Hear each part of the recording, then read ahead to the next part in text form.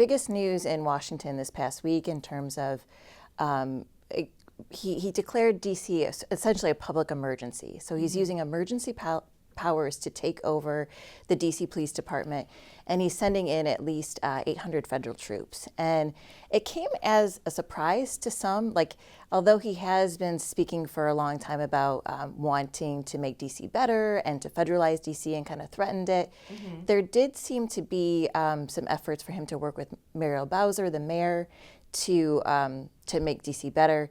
So when he announced this, people in D.C. were a little bit taken aback because their position and a lot of the Democratic elected officials were, why now? Right now, they would argue that the D.C. crime is not necessarily great, but it's not the worst it's ever been. Like some people will say it's a 30-year low, even though those people would like to dispute those statistics. But I think there is agreement. If you go by the statistics that the Justice Department and D.C. have put forward, it's trending down. So the question is, why now?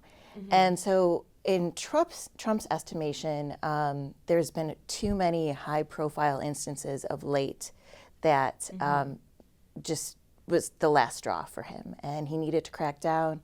And he says that if D.C. is going to be the welcoming place to the world of the United States, it needs to be its best. So he's selling it as best as he can, and it's mixed results here in D.C., especially since it's a Democratic-controlled city.